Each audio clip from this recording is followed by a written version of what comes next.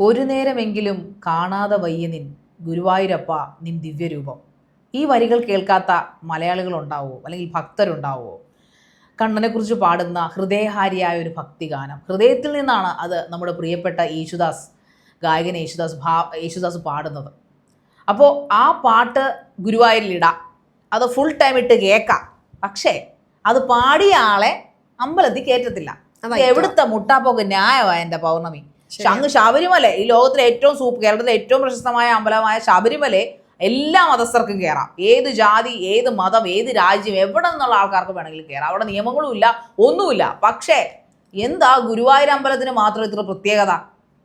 അല്ല, പ്രത്യേകത ചോദിക്കാനാണെങ്കിൽ ഒരുപാട് പ്രത്യേകതകൾ ഏറെയുള്ള ഒരു അമ്പലമാണ്. അത് ശരിയാ, പ്രത്യേകതയിൽ അങ്ങനെയാ. അത് മൊത്തത്തിൽ പറയാം. ചിലപ്പം പറഞ്ഞു കഴിഞ്ഞാൽ ഈ ഭഗവാൻ ശ്രീകൃഷ്ണൻ പോലും നേരിട്ടിപ്പം ഉണ്ടായിരുന്നെങ്കിൽ എല്ലാരെയും അടിച്ചിറക്കി. അതെ അതെ, അവിടെ ഇല്ലെന്നാണ്, പ്രശ്നവെപ്പിൽ ഇല്ലെന്നൊക്കെയാ പറയപ്പെടുന്നത്. അതേ അവിടുന്ന് പണ്ടേ ഇറങ്ങി ഓടിയെന്നാ പറയുന്നത്. അല്ല, നമുക്ക് പൊതുവെ അറിയാം എല്ലാ ആരാധനാലയങ്ങളിലും അല്ലെങ്കിൽ ഇങ്ങനെയുള്ള ദൈവിക സ്ഥാനത്ത്, ഇപ്പം ഹിന്ദു മതസ്ഥരുടെ വിശ്വാസാടിസ്ഥാനത്തിൽ നോക്കിയാലും ഏത് മതത്തിന്റെ എല്ലാ മതങ്ങളിലും നല്ല രീതിയിലൊരു ബിസിനസ്സാണ് ഇപ്പോൾ നടന്നുകൊണ്ടിരിക്കുന്നത്. ഇപ്പം പള്ളികളിലായാലും മോസ്കുകളിലാണെങ്കിലും അമ്പലങ്ങളിലായാലും ആരും അക്കാര്യത്തിലൊന്നും പിന്നോട്ടല്ല. പിന്നെ എല്ലാം വിശ്വാസത്തിന്റെ പേരിലാണല്ലോ എന്ന് വിചാരിച്ച് അല്ലെങ്കിൽ എന്ന് കരുതി എല്ലാവരും ക്ഷമിച്ചിരിക്കുകയാണ്. ഇതിൻ്റെയൊക്കെ പിന്നിൽ നടക്കുന്ന കാര്യങ്ങൾ മുൻപൊക്കെ ആർക്കും അറിയില്ലായിരുന്നു എങ്കിൽ പോലും ഇപ്പോൾ ഒരു പരിധിയിലധികം വരെ പൊതുജനങ്ങൾക്ക് അറിയാം എന്താണ് ഇവിടെ നടക്കുന്നത്, അല്ലെങ്കിൽ എങ്ങനെയാണ് ഇതിൻ്റെ കാര്യങ്ങളുടെ കിടപ്പ് എന്നൊക്കെ. ഇപ്പോൾ റിസൻ്റ്ലി നടന്ന ഒരു പ്രശ്നമാണ് ഈ പറയുന്ന ഗായകൻ, നമുക്കെല്ലാം ഫെമിലിയർ ആയിട്ടുള്ള ഒരുപാടെന്ന് പറഞ്ഞാൽ കുറഞ്ഞു പോകും, അത്രയധികം പാട്ടുകൾ നമുക്ക് സംഭാവന ചെയ്തിട്ടുള്ള ഒരു വലിയ മനുഷ്യൻ. അദ്ദേഹത്തിന് ശബരിമലയിൽ കയറാൻ പോകുന്നതിന് മുമ്പുള്ളൊരു ആ സമയത്ത് കയറണം എന്നുള്ള ആഗ്രഹം പ്രകടിപ്പിച്ചതിന് ശേഷം അന്നും ഇതുപോലെ വലിയ രീതിയിൽ വാർത്തയാവുകയും അല്ലെങ്കിൽ കയറാൻ പറ്റില്ല എന്ന് പറയുകയും ഒക്കെ ചെയ്തിരുന്നു. പക്ഷേ അതിനെയൊക്കെ തരണം ചെയ്തുകൊണ്ട് അദ്ദേഹം കയറി, തൊഴുതു, പ്രാർത്ഥിച്ചു. അതിനിപ്പോൾ എൻ്റെ ഒരു കൺസെപ്റ്റിൽ നമ്മൾ എല്ലാ മനുഷ്യരും ഒന്നാണ്. നമ്മളെല്ലാവരും വാഴ്ത്തി പാടിക്കൊണ്ട് അല്ലെങ്കിൽ പുകഴ്ത്തി പറഞ്ഞുകൊണ്ടിരിക്കുന്നതാണ് ഒരു ജാതി, ഒരു മതം, ഒരു ദൈവം എന്ന് ശ്രീനാരായണ ഗുരു പറഞ്ഞെങ്കിൽ പോലും അതിനെ തന്നെ എസ് പറയുന്നതാണ് നാനാ മതത്തിലുള്ള ആളുകളും അതിനെ വിശ്വസിക്കുകയും അതിനെ സപ്പോർട്ട് ചെയ്യുന്നത്. പുറമെ എല്ലാവരും അങ്ങനെയുള്ളവരാണ്. പക്ഷെ എങ്കിലും ഉള്ളിൻ്റെ ഉള്ളിൽ എല്ലാവർക്കും ആ ഒരു ജാതി സ്പിരിറ്റ് അല്ലെങ്കിൽ ഈ പറയുന്ന ഒരു സ്പിരിറ്റ് ഉള്ളത് കൊണ്ട് തന്നെയല്ലേ ശരിക്കും ഈ മതത്തിനുള്ളിൽ തന്നെ മതം സ്പ്ലിറ്റ് ചെയ്ത് കിടക്കുകയാണ് അല്ലേ, മതത്തിനുള്ളിൽ തന്നെ പല വിഭാഗത്തിലായിട്ട് കിടക്കുകയാണ്. അപ്പോൾ ആ ഒരു കോംപ്ലക്സ് എല്ലാ മനുഷ്യരുടെ മനസ്സിലും എല്ലാവരിലും ഇല്ലെങ്കിൽ പോലും കുറച്ചധികം ആളുകളുടെ ഉള്ളിൽ ഉള്ളത് കൊണ്ടാണ് ഇപ്പോൾ ഈ ഒരു വിഷയം തന്നെ ചർച്ചയ്ക്ക് പല പാനലിന്റെ മുന്നിൽ എത്തിയതും അല്ലെങ്കിൽ അത് ചർച്ച ചെയ്യപ്പെടുന്നതും. എൻ്റെ ഒരു വ്യൂ പോയിന്റിൽ ഇപ്പോൾ എല്ലാവർക്കും എല്ലായിടത്തും കയറാം. കാരണം വിശ്വാസമുള്ളവർക്ക്, ഇപ്പം നമ്മൾ പറയുമല്ലോ എത്തിയസ്റ്റ്, അങ്ങനെ പറഞ്ഞു കഴിഞ്ഞാൽ ദൈവവിരോധിയാണല്ലോ. അപ്പോൾ ഒരു ദൈവത്തെയും വിശ്വസിക്കുക അല്ലെങ്കിൽ ദൈവം എന്നൊരു കൺസെപ്റ്റിനെ അല്ലെങ്കിൽ ഗോഡ് എന്ന കൺസെപ്റ്റിനെ വിശ്വസിക്കാത്ത ഒരാളാണ്. അതല്ല, ഒരു ദൈവമേ ഉള്ളൂ എന്ന് വിശ്വസിക്കുന്ന ഒരാൾക്ക് പള്ളിയായാലും അമ്പലമായാലും മോസ്കായാലും പ്രാർത്ഥിക്കണമെങ്കിൽ പ്രാർത്ഥിച്ചാൽ മതി. അവിടെ ഒരു വിശ്വാസമാണ്. അപ്പം നമ്മൾ തന്നെ പറയും എല്ലാ ദൈവങ്ങളും ഒന്നാണ്, പക്ഷേ ദൈവങ്ങൾ പല പേരിലാണ് അറിയപ്പെടുന്നത്. അതൊക്കെ ശരി വെക്കുമ്പോൾ അദ്ദേഹത്തിന് അമ്പലത്തിൽ കയറണമെങ്കിൽ അതിന് രണ്ട് വശങ്ങളുണ്ട് ശാരിക. യഥാർത്ഥത്തിൽ ഇപ്പോൾ നമ്മുടെയൊക്കെ ഒരു വ്യൂ പോയിന്റിൽ ഒരു വിശ്വാസിക്ക് ആ ഒരു വിശ്വാസം അനുശാസിക്കുന്ന രീതിയിൽ അദ്ദേഹത്തിന് വിശ്വാസം ഉണ്ടെങ്കിൽ കയറാം, ഭഗവാനെ കാണാം, പ്രാർത്ഥിക്കാം. അതുപോലെ തന്നെ ഇതിനൊരു നിയമ സംവിധാനമുണ്ടല്ലോ അല്ലെങ്കിൽ ഒരു നിയമമുണ്ടല്ലോ. ആ ഒരു നിയമത്തിൽ പറയുന്നുണ്ട് ഈ ഒരു വിശ്വാസ ആചാരപ്രകാരം അല്ലെങ്കിൽ ഗുരുവായൂർ അമ്പലത്തിനായിട്ടുള്ള നിർമ്മിച്ചിരിക്കുന്ന അല്ലെങ്കിൽ ആ ഒരു പർട്ടിക്കുലർ പോയിന്റിൽ അവിടെ വിശ്വാസമുള്ള അഹിന്ദുക്കൾക്ക് പ്രവേശിക്കാം. പക്ഷേ അവിടെ ക്ഷേത്രത്തിൽ ഞാനൊരു വിശ്വാസിയാണ് എന്ന് എഴുതി നൽകണം. ആ ഒരു കാര്യം ഒരാളിരുന്ന് സംസാരിച്ചപ്പോൾ കുഴപ്പം തോന്നിയില്ല. ആ ഒരു പക്ഷേ എഴുതി കൊടുത്താൽ മതി. പക്ഷെ അതിനകത്തും അവർ എക്സാമ്പിൾസ് ആയിട്ട് കാണിക്കുന്നത് മുൻപ് APJ അബ്ദുൽ കലാമും അല്ലെങ്കിൽ സോണിയാഗാന്ധി ഇതുപോലുള്ള മൺമറഞ്ഞു പോയ ആളുകൾ പല അമ്പലങ്ങളിലും കയറിയപ്പോൾ അവരൊക്കെ എഴുതി വെച്ചിട്ടാണല്ലോ താൻ ഇതിൽ വിശ്വസിക്കുന്നു അല്ലെങ്കിൽ തനിക്ക് വിശ്വാസമുണ്ട് എന്ന് എഴുതി വെച്ചിട്ടാണല്ലോ കയറിയത്, തൊഴുതത്. അങ്ങനെയെങ്കിൽ ഇദ്ദേഹത്തിന് എഴുതി കൊടുത്തിട്ട് കയറിയാൽ എന്താ, വിശ്വാസമുണ്ടെങ്കിൽ. പക്ഷേ അതിനെ ന്യായീകരിക്കുമ്പോഴും അങ്ങനെ ഒരു നിയമം നമ്മുടെ നാട്ടിൽ നിലനിൽക്കുന്ന നിയമമാണെന്നാണ് പറയുന്നത്. അപ്പോൾ സ്വാഭാവികമായിട്ടും അത് പാലിച്ചാൽ എന്താണ് എന്ന് ചിന്തിക്കുന്ന ആളുകളുണ്ട്. പക്ഷേ ഇവിടെ അതിനപ്പുറത്തേക്ക് അഹിന്ദുക്കൾക്ക് കയറാൻ പാടില്ല എന്നതിനെയാണ് കോട്ട് ചെയ്യുന്നത്. ഒരു പക്ഷേ അദ്ദേഹം എഴുതി കൊടുക്കാൻ തയ്യാറായിരിക്കും.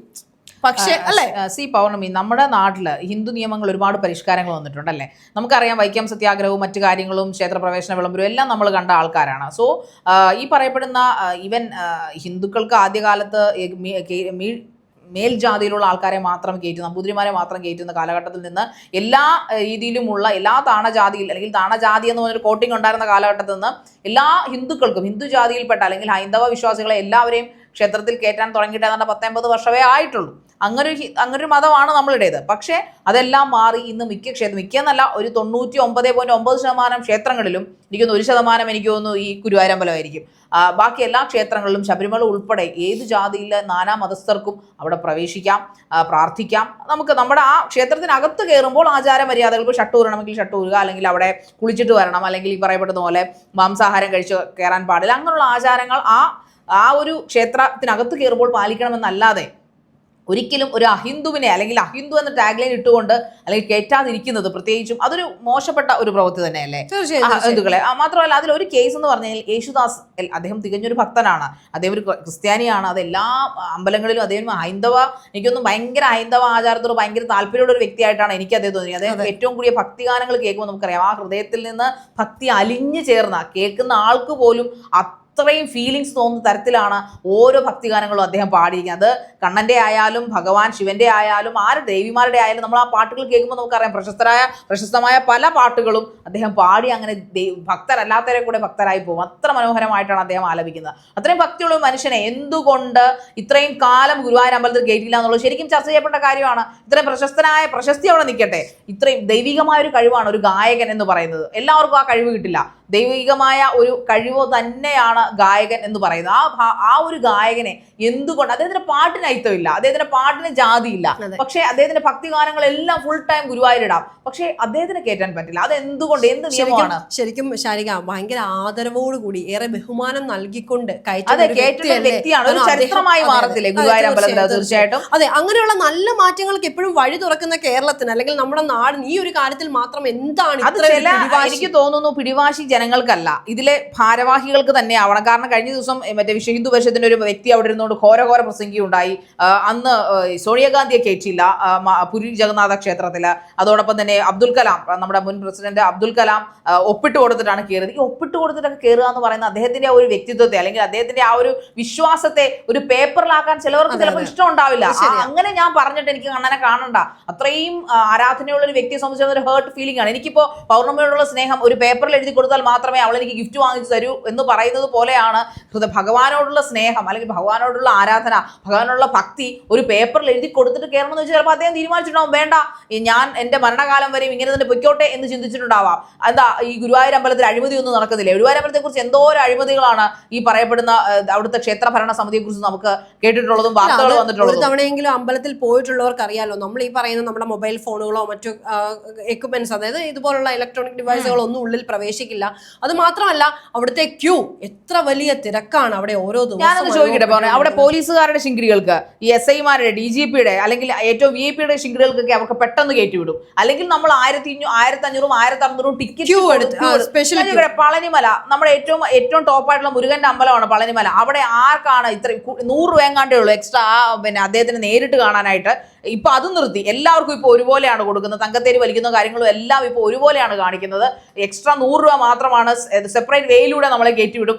അങ്ങനെ തന്നെ ഉണ്ട് മധുര മീനാക്ഷി ക്ഷേത്രത്തിലും ഉണ്ട് അങ്ങനെയല്ല. പക്ഷെ ഇത് 1000 രൂപ 1200 രൂപയ്ക്കാണ് മലയാളികൾക്ക്, മറ്റു സംസ്ഥാനക്കാരെ വിടുക, മലയാളികൾക്ക് അത് മാത്രമല്ല VIP-കൾക്ക് പ്രത്യേക പിന്നെ പോട്ടെ വളരെ സെക്യൂരിറ്റി ആയിട്ടുള്ള നമ്മുടെ പ്രധാനമന്ത്രിയെ പോലുള്ള ആൾക്കാർ സെക്യൂരിറ്റിയുടെ ഒരു സുരക്ഷയുടെ ഭാഗമായിട്ട് അങ്ങനെ കൊടുക്കുന്നത് മനസ്സിലാക്കാം. പക്ഷെ അങ്ങനെയല്ലാതെ സെലിബ്രിറ്റികൾ വന്നാലും ഈ പറഞ്ഞ ജനങ്ങളുടെ ബഹളം, ജനങ്ങൾ അങ്ങനെയാണല്ലോ, ഭഗവാനെ കാണാൻ വന്നാൽ അപ്പുറത്ത് മോഹൻലാൽ വന്നാൽ അങ്ങനെ പോയി തൊഴും. അതാണ് നമ്മുടെ മലയാളികളുടെ ഭക്തി. എല്ലാവരുടെ അല്ല, കുറച്ചധികം ആൾക്കാരുടെ എങ്കിലും ഭക്തി അങ്ങനെയാണ് തീർച്ചയായിട്ടും. സോ അങ്ങനെയുള്ള ആ ഒരു രീതികൾ എന്തിനാണ് ഈ ഗുരുവായൂരം ദേവസ്വം ഇതിനൊക്കെ അനുവദിച്ചു കൊടുക്കുന്നത്? ഇതിന് ആരാണ്? ദേവസ്വം ബോർഡിന്റെ കീഴിൽ തന്നെയല്ലേ ഗുരുവായൂർ അമ്പലം എന്ന് പറയുന്നത്. മറ്റൊരു അമ്പലങ്ങൾക്ക് ഇല്ലാത്ത കൊമ്പ് എന്താണ് ഗുരുവായൂർ അമ്പലത്തിന് മാത്രം? ഗുരുവായൂർ അമ്പലത്തിൽ ശരിക്കും ഈ പറയപ്പെടുന്ന കൃഷ്ണനെ ആരാധിക്കുന്ന ആൾക്കാരാണ് ചെല്ലുന്നത്. കൃഷ്ണനും അടുത്തെന്നാണ് പ്രശ്നം വെപ്പിച്ചപ്പോൾ പറഞ്ഞത്. അദ്ദേഹം അവിടെ ഉണ്ടോന്ന് തന്നെ, ആ ചൈതന്യം അവിടെ ഇല്ലെന്നാണ് പറയപ്പെടുന്നത്. അദ്ദേഹം എങ്ങോട്ടോ പോയി. എനിക്കൊന്ന് അമ്പലപ്പുഴ കൃഷ്ണൻ, അമ്പലപ്പുഴയിൽ ഇരിക്കുന്ന കൃഷ്ണൻ അതിലും വേറെ ചൈതന്യം ഉണ്ടെന്നാണ് എനിക്ക് തോന്നുന്നത്. ഞാൻ ഇന്നും ആഗ്രഹിക്കുന്ന ഒരു കാര്യം പറഞ്ഞു, നമ്മുടെയൊക്കെ അടുത്തുള്ള അമ്പലങ്ങളിൽ ശരിയാണ് പ്രശസ്തമായ അമ്പലത്തിൽ പോകുമ്പോൾ നമുക്ക് അവിടെ നിന്ന് കുറേ നേരം അവിടെ പ്രാർത്ഥിക്കാൻ പറ്റില്ല. പക്ഷേ എങ്കിലും കൺകുളിർക്ക് ഇപ്പൊ ചോറ്റാനിക്കരെ പോയാലും ആറ്റുകാല് പോയാലും